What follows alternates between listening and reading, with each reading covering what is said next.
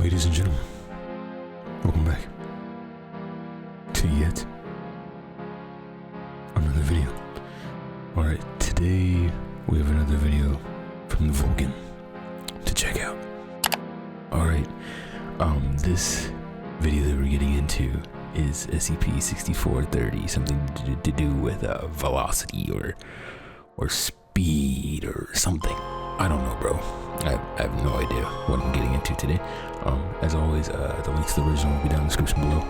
Hope your day is going well. Hope all is well with you. If things are not well with you, I hope things get better sooner rather than later. Alright, and without further ado, let's get into this.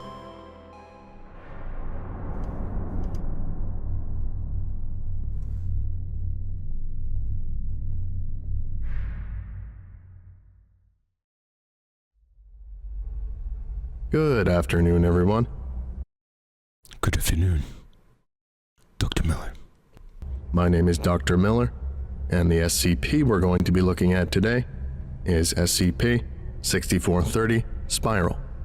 Object Class, Keter. Special Containment Procedures. Containment compromised.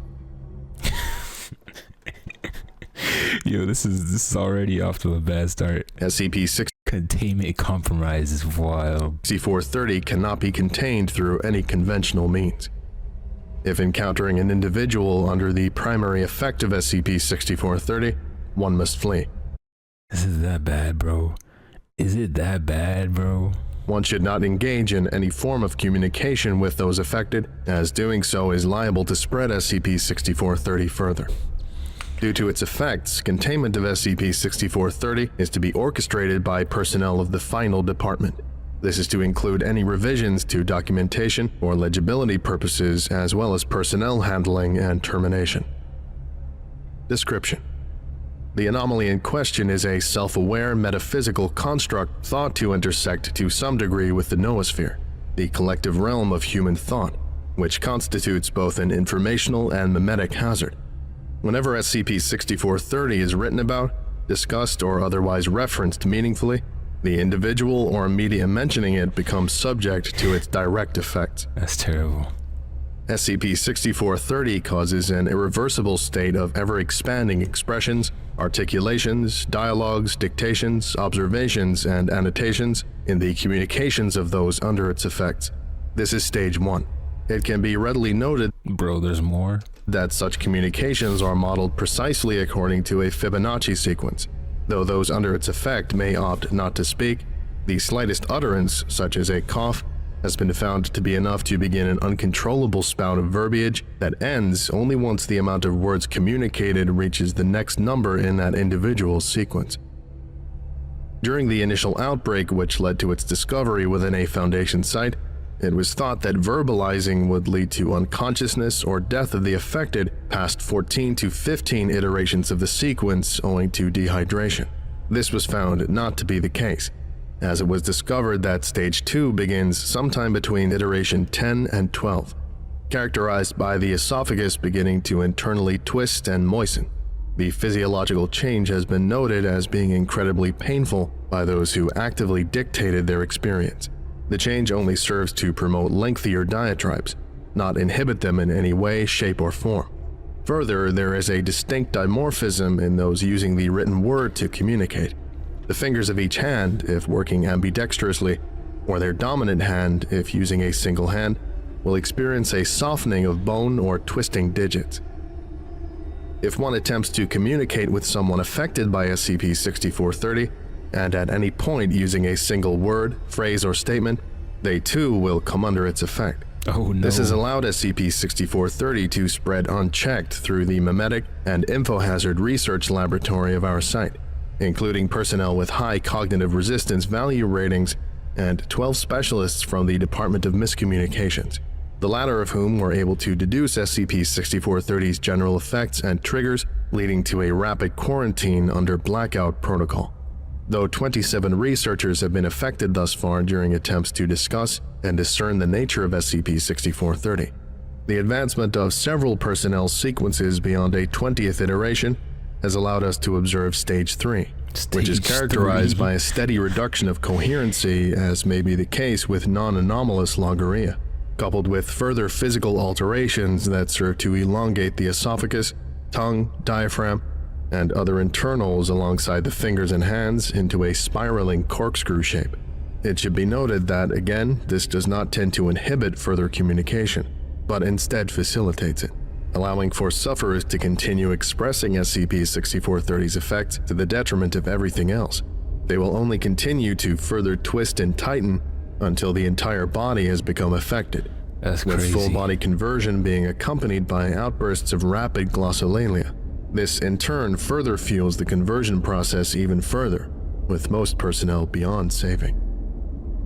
SCP-6430 is able to affect and spread to targets who attempt to make negative statements designed to circumvent the topic of the entity specifically, as well as methods to discuss it indirectly through the use of methods such as implication, allusion, insinuation, and parable, through which it was able to spread to most miscommunications personnel on site. During attempts to terminate the affected, it was noticed that euthanization attempts past Stage 2 are ineffective. Wow. Destroying the brain of an individual at this point, I've seen it happen myself, will only cause the body to exposit uncontrollably, rapidly bringing it to the next stage of development, winding them up like springs with lolling tongues and grasping fingers. As such, the current model of handling SCP-6430 is to self-isolate and await assistance. Leading to the creation of this file, I've managed to avoid catching SCP-6430, so I have elected to document the anomaly. Troublesome as it is quickly becoming, I am being pushed about as I type due to digital elongation. The longer each finger becomes, as they uncontrollably hover above the keyboard, the more I must reorient my body. Alas, I have to rein this tangent in. In the operating theater beneath my position is Patient Zero, researcher Alec Mayer, who has progressed to an unknown point in the sequence, though the last official record placed them at iteration 39, rendered unrecognizable and illegible, no thicker than twine. Okay, so this guy's already compromised. They corkscrew every which way, bellowing non-stop, writhing about and poking their surroundings, looking for an opening or an exit, perhaps, with what was some hours ago their tongue, and I imagine still is, albeit reduced to a fine needle point, with which it had skewered the D-class we'd sent in to terminate him. It has swept up once or twice in my direction, poking at the ballistic glass, prodding with its point, but although it knows I'm here, I suspect that it understands that I am already afflicted, so it makes no hostile movements, only pausing to acknowledge me as kin, or perhaps as a lesser. I've only just begun this journey after all. It would seem that there is so much more in store. Again, I apologize for this distraction. The flow. Yo, this log took a dark turn, bro. Hardly do we ever see the person who's documenting these things to be, enveloped within them, you know what I mean? Words is beginning to become hard to command. Addendum. Took some time to make it through the site in my current state, but I have reached this security room and can see that there are many surviving personnel who have either remained silent or are exhibiting enough self-control during their first phase, so hopefully rescue efforts will be fruitful. Though, unfortunately, there are over a dozen personnel who have progressed to a physical frame and behavior reminiscent of Patient Zero. I would have to classify this as a distinct Phase 5. These individuals weave throughout the site, ensnaring others and maiming them in order to elicit an audible response and trigger the victim's next sequence. As victims are forced to progress even deeper, they begin to entwine with their captors, running along them like a vine once thin enough, where it snakes up to the front end of their captor, interlocking tongues. Pairings in this state, across the board, do not attempt to hunt any further, and will continue to lock tongues and babble down each other's throats as they seethe and distend, and I shouldn't want it, but they hold each other so tight I cannot imagine what it could be like to have someone who won't let you go while you both grow. It's making me warm just thinking about it. Oh, this is new. The first pairing I noted, I could not begin to guess at who the assailant was, but it had captured junior researcher Milano. She'd tried to skirt by while it was prodding in the cafeteria, but She'd brushed its side and caught its attention. I've been working to bring their tail ends up to meet their mouths for the past 5 or so minutes. Though highly malleable, the hallway they're resting in is restrictive. As I've been typing, they've released one another's tongues, with each inserting theirs into the other's tail end, and now they're reorienting into a rough approximation of a lemniscate.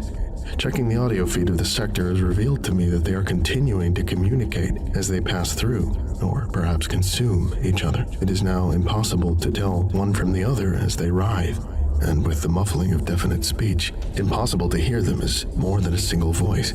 I know intrinsically that I would be rejected if I were to try and join them.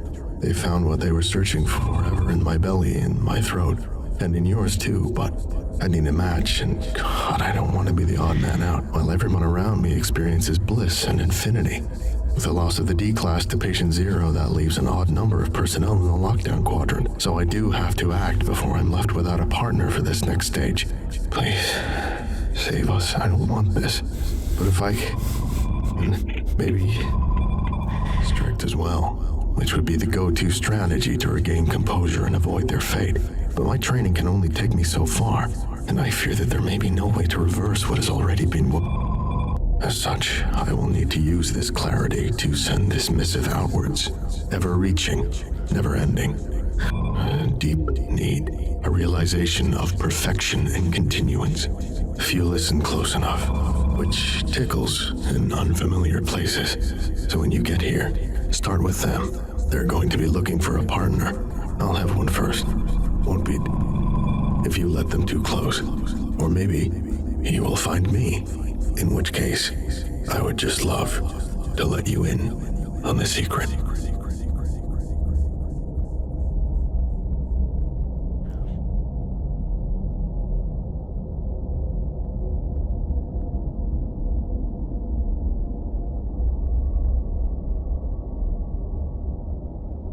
I would like to give a Bro.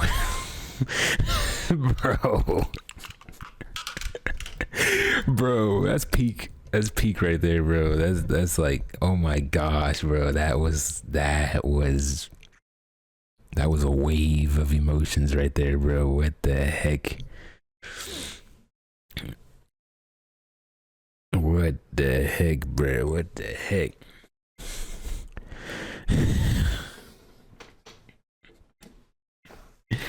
Hey, yo, bro. Who wrote this? Who wrote SD lock, bro? What in the world, man? That was insane. The spiral off, and literally the spiral into the abyss. You know what I mean? It started off as a normal log. It started off as a normal log, but then it just progressively just went into the abyss, you know, and it's like, man, this man got got. It was really that bad. This cognito hazard was really that bad that it pivots, it spreads so easily. You know, there was something in here about a dude that coughed and got infected or got someone else infected. You know, it was just that easy.